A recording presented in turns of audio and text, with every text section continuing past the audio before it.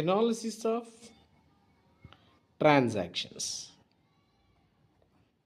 కొన్ని ట్రాన్సాక్షన్స్ని తీసుకొని వాటిని ఎలా అనలైజ్ చేయాలో చూద్దాం. ఫర్ ఎగ్జాంపుల్, గూడ్స్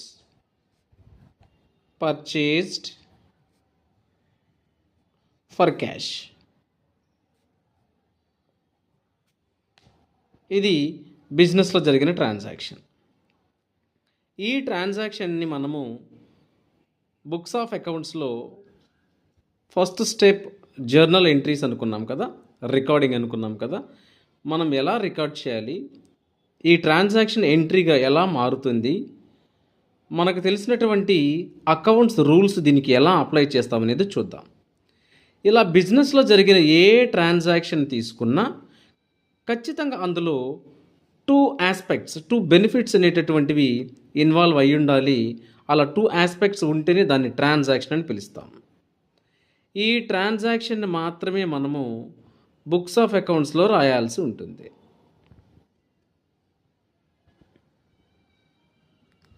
సో ఇందులో నుంచి మనము గూడ్స్ అనే దాన్ని తీసుకుందాము, క్యాష్ అనే దాన్ని తీసుకుందాం.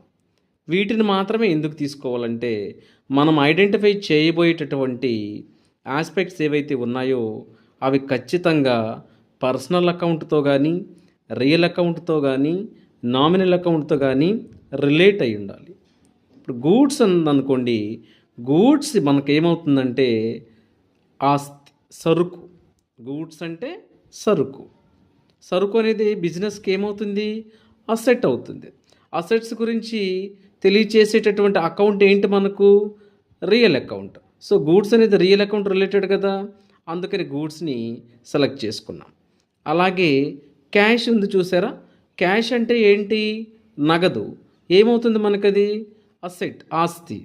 ఇక్కడ కూడా అసెట్ అనేది రియల్ అకౌంట్ రిలేటెడే కదా. కాబట్టి ఇక్కడ మనము ఈ ట్రాన్సాక్షన్లో టూ ఆస్పెక్ట్స్ని ఐడెంటిఫై చేసాము.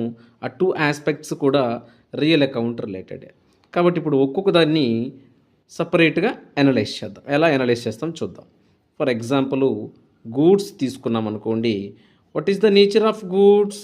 Goods nature is an asset, ఆస్తి. All assets are related to which account? All assets are related to real account. ఆస్తులన్నీ కూడా వాస్తవిక ఖాతాకు సంబంధించినవి. రియల్ అకౌంట్ రూల్ ఏం చెప్తుంది? రియల్ అకౌంట్ రూల్ ఏం చెప్తుంది? డెబిట్ చేయండి వాట్ కమ్స్ ఇన్. ఏ వస్తే వాటిని డెబిట్ చేయమంటుంది. అలాగే క్రెడిట్ చేయమని వీటికి చెప్తుంది అంటే గోస్ అవుట్. ఏవైతే బిజినెస్ నుంచి మన దగ్గరకు వెళ్ళిపోతాయో మన నుంచి, వాటిని క్రెడిట్ చేయమంటుంది. So debit what comes in, credit what goes out. So చూడండి, జరిగిన ట్రాన్సాక్షన్లో నుంచి గూడ్స్ని తీసుకున్నాము. It is related to real account. What is the nature of goods? Goods nature is an asset. Assets are related to real account. Real account rule is debit what comes in, credit what goes out. ఈ రెండిట్లో ఏం జరిగిందో చూడాలి.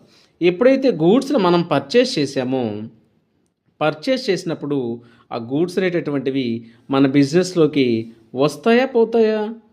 బిజినెస్లోకి వస్తాయి. కాబట్టి debit what comes in అంటే ఇక్కడ goods అనేటటువంటి దాన్ని మనము డెబిట్ చేసుకోవాల్సి ఉంటుంది. అలాగే సెకండ్ వన్ ఆస్పెక్ట్ మనకేముందంటే క్యాష్. క్యాష్ అంటే నగదు. క్యాష్ నేచర్ ఏంటి? Cash nature is also an asset. All assets are always related to real account. ట్రాన్సాక్షన్కి ఒక ట్రాన్సాక్షన్కి మార్పు ఏమీ జరగదు. అసెట్స్ ఎప్పుడు కూడా ఎక్కడ కూడా రియల్ అకౌంట్గానే ట్రీట్ చేసుకోవాలి. ఇక్కడ కూడా క్యాష్ అనేది రియల్ అకౌంట్ కాబట్టి రియల్ అకౌంట్ రూల్ని మళ్ళీ మనం తెలుసుకోవాల్సి ఉంటుంది. ఏం చెప్తుంది real account rule? Debit what comes in, credit what goes out. Credit what goes out. So here we need to check out once whether it is comes in or goes out. When we purchased goods, definitely we need to pay the amount of cash to the suppliers. So when goods purchased, the business has to pay cash to the suppliers. When we are paying cash to the suppliers, cash is goes out from the business. That's why in this transaction cash account is to be credited. So definitely every transaction having two aspects, debit aspect and credit aspect. Here the transaction is goods purchased for cash. This transaction has two aspects, debit aspect and credit aspect. ఇలా debit aspect credit aspect రెండు ఉంటేనే అది transaction అవుతుంది. అలాంటి ట్రాన్సాక్షన్స్ని మాత్రమే మనము books of అకౌంట్స్లో record చేసుకోవాల్సి ఉంటుంది. కాబట్టి ఇలా ఇచ్చిన ట్రాన్సాక్షన్స్ని ఈ విధంగా మనం అనలైజ్ చేసుకుంటే ఏ ఆస్పెక్ట్ డెబిట్ ఏ ఆస్పెక్ట్ క్రెడిట్ అనేది మనకి ఈజీగా తెలిసిపోతుంది. కాబట్టి ఎంట్రీని మనము చాలా సింపుల్గా రాసేసుకోవచ్చు.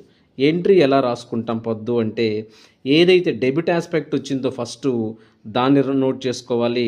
తర్వాత క్రెడిట్ ఆస్పెక్టు క్యాష్ని నోట్ చేసుకోవాలి. ఇక్కడ మనము గూడ్స్ అకౌంట్ డెటార్ని రాసుకోవాలి, కానీ అలా రాయడానికి మనకు అవకాశం లేదు. కాబట్టి instead of goods account purchases account is to be debited. Purchases account debtor అని రాస్తాం డెబిట్ అంటే. అలాగే 2 లెటర్స్ వదిలేసి మనము TO2తో స్టార్ట్ చేసుకోవాలి. TO2 అనేది క్రెడిట్ని డినోట్ చేస్తుంది. ఇక్కడ క్రెడిట్ ఆస్పెక్ట్ క్యాష్ కాబట్టి క్యాష్ అకౌంట్ అని రాసుకుంటాం. ఇలా purchases account debtor to cash account అనేటటువంటి విధంగా ఇక్కడ ఇచ్చిన ట్రాన్సాక్షన్ని ఇలా ఎంట్రీలోకి మార్చుకొని ఇక్కడ మనం క్లియర్గా ఒక నేరేషన్ను అనేది మనం కింద ఇచ్చేస్తాం. బీయింగ్ ఎందుకు ఇలా రాసామంటే being goods purchased for cash అని ఇలా రాసి ఇలా ఎండ్ చేసుకొని మనం ఫర్ ఎగ్జాంపుల్ గూడ్స్ని పర్చేస్ చేసింది 2000కి అయితే ఇక్కడ ఒక 2000 డెబిట్లో చూపిస్తే క్రెడిట్లో కూడా 2000 చూపించాలి. అంటే debit must be equals to credit అని చెప్పుకుంటాం. ఇలా ప్రతి ట్రాన్సాక్షన్స్ను కూడా మనము అనలైజ్ చేయాల్సి ఉంటుంది.